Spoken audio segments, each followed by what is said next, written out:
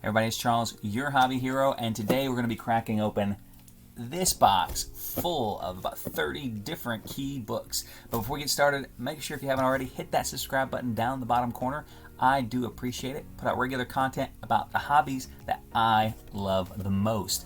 Now, a little bit about this. It is actually part of a very large collection. Somebody I found online inherited approximately 6,000 books. Cherry-picked a couple of the big books out of it, and I had already sold it before I got in touch with them. This was a lot of about 30 books that we had pulled and set aside with plans after the holidays to sit down again and look through the whole collection. He lives about an hour and a half away from me. These books actually got here in about a day after I purchased them. So we got some pretty exciting stuff in here and some fun stuff that I'm going to share with you. I paid $600 for this lot. And at the very end of the video, I'll put up fair market value for the 30 books that we got here. All right, now we've got them opened up, and they were expertly packed. I've got to say, above and beyond on that, and show you some of the books that we picked up. First one up here is X-Men number 6. This is the first full appearance of Apocalypse.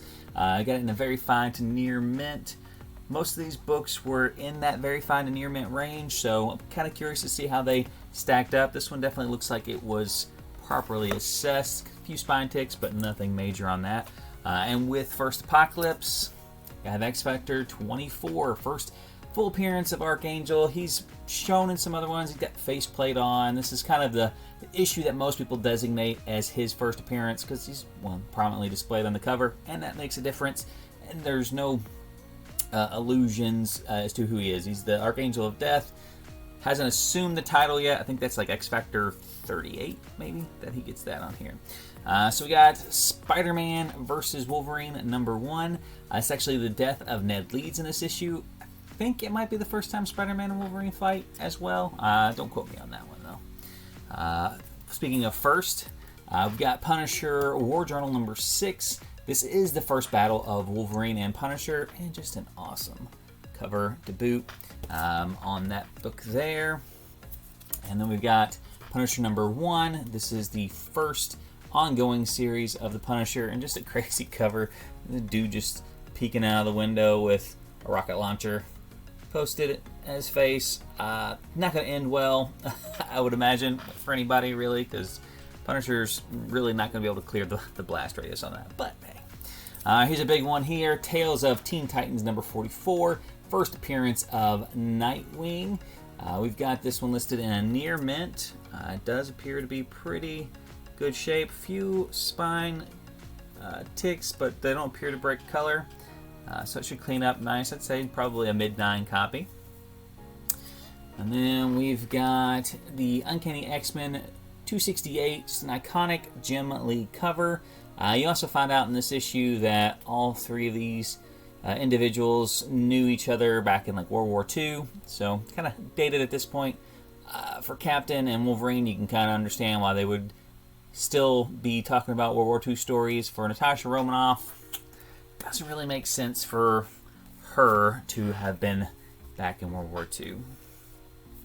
Alright, we've got Uncanny X-Men 244, first appearance of Jubilee, in very fine and near mint condition. We got another copy of this here recently on the channel. Looks to be probably closer to the VF phase. I'd say probably low 9 copy on that one. Alright, Silver Surfer 34, Resurrection of Thanos. But honestly, just a really cool Silver Surfer cover. Got Thanos on there. And Silver Surfer flying around. Silver Surfer's got some fantastic covers, and that's really the bigger reason why that one, I think, holds value. Speaking of cool covers, we got Silver Surfer 44. That's actually the first appearance of the Infinity Gauntlet as well. Another just great cover, Thanos and Silver Surfer fighting on the front of that one. We got Fantastic Four to 11. First appearance of Terrax the Tamer.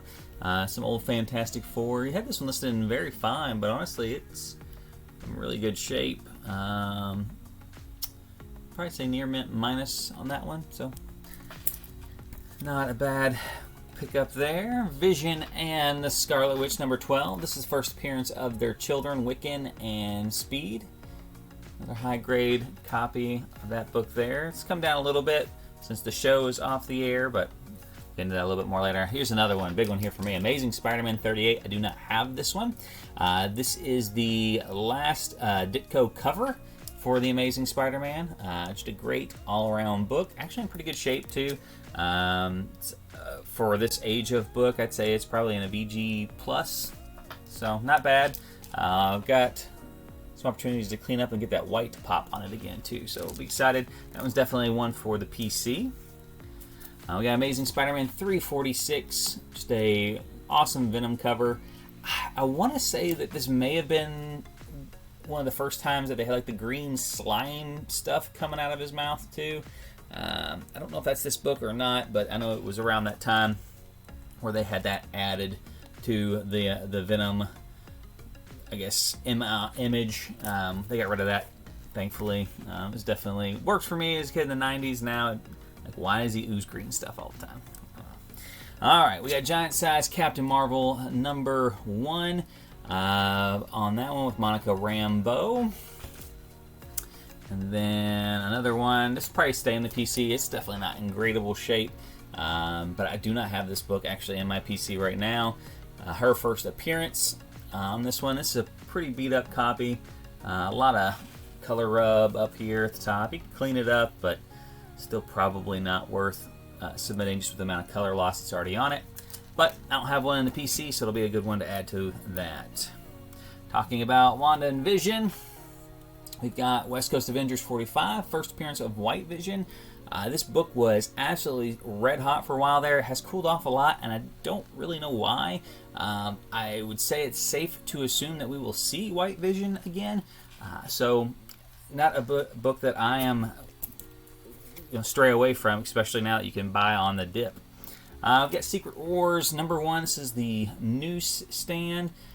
First cameo appearance of the Beyonder in this book here. Nice copy. Hey guys, I was actually checking it out, and on this one here too, this is actually the Blue Galactus error in there as well. Got it back in here on that one too, so makes that one worth a little bit more as well. It's pretty cool to have that one in the collection now. I said this one's probably a little rough to actually send off to get graded, but a cool book nonetheless. Secret Wars 2, also in the newsstand. Just another newsstand copy. And the biggest one of the 3 Secret Wars is Secret Wars #3. Obviously, not of the whole run, but of the ones that were in this lot. Also in the newsstand. This one also has the first appearance of Titania and Volcana, I think is how you pronounce that, which are rumored to be the villains, I guess, in the new She-Hulk series that are coming out. So, all right, we got Mark Spector, Moon Knight #1. This is the first issue of the second ongoing Moon Knight series. All things Moon Knight going up because of the Moon Knight show coming to Disney+. Web of Spider-Man 31. This is Craven's Last Hunt, Part 1. Just a great storyline for Craven fans. I'm a big Craven fan. And then, of course, 32, the iconic cover. And then the conclusion to Craven's Last Hunt. I actually have the statue sitting back there as well. I've been wanting to get a high-grade copy of this one. This is probably like a 9.4-ish grade copy. I'd like to get a 9.8 copy just because I'm OCD and display it with the statue because it would just look cool. All right, we got Web of Spider-Man 118, first Ben Reilly as Scarlet Spider, not the first appearance of Ben Reilly. This book here, had listed as a near mint minus. It's actually in probably a little bit worse shape than that. We've got a staple popped up here at the top, which is probably going to hurt this one's grade overall. Presents very well. Nice looking book all the way around. Great Spider-Man key for those fans out there. Astonishing Ant-Man. We have picked up a copy of this pretty recently. Actually, the copy we had's probably like a near mint copy. This one's pretty rough. It's probably VG minus, but it's still first appearance of Scott Lang, and then some appearance of the Yellow Jacket villain. I don't know if it's his first in costume or something along those lines. Spawn #1. No shortage of these out on the market. Surprisingly enough, with all the copies I have of this book, this is the only copy I've acquired that does not have the error inside. For those of you not aware of the error, on the interior cover, where the Spawn logo is here, see how that one is clean and looks like a normal Spawn cover? A lot of the copies, according to Todd McFarlane, half of the copies have really splotchy ink errors all over them. I have probably, through miscellaneous collections, acquired 5 or 6 copies of this particular book, and they have all had that splotchy error. This one does not. Unfortunately, if I was going to collect one of each, this would not be the one I kept. It's got a pretty roughed up corner down here, but again, not a super high dollar book, and there's a lot of copies out there. Marvel Team Up, Spider-Man, Ant-Man 103. Just a Spider-Man, Ant-Man Team Up, but it is like the 3rd appearance of the Taskmaster, and just a funny cover too. You got Taskmaster squishing the Ant-Man, and got Spider-Man bound in the background.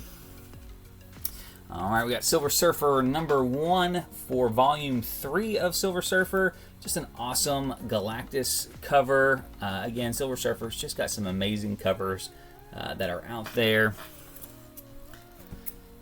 And then we've got Marvel's Greatest Comics #34. This is a reprint of Fantastic Four 49. First full appearance of Galactus. Again, that book is absolutely going through the roof right now. This copy of it is much more affordable. A lot of people just don't know that it's the reprint of that issue, which I think is a big reason why the value of this is not higher. And then the last one for this order is going to be Thor, Avengers Assemble #390. This is where Captain America actually lifts Mjolnir, I think for the first time, if not at least one of the subsequent times after that. But great book in mint condition. Got a little Monica Rambeau back there as well. So, like I said, I paid $600 in total for this collection. I'll go ahead and throw up fair market value for these books right here. Obviously, great deal for me. I'm hoping to get a lot of these pressed and potentially graded to add some additional value onto that. So you guys may see some of these coming back on some of the future CGC submissions. Until next time, though, guys, Hobby Hero out.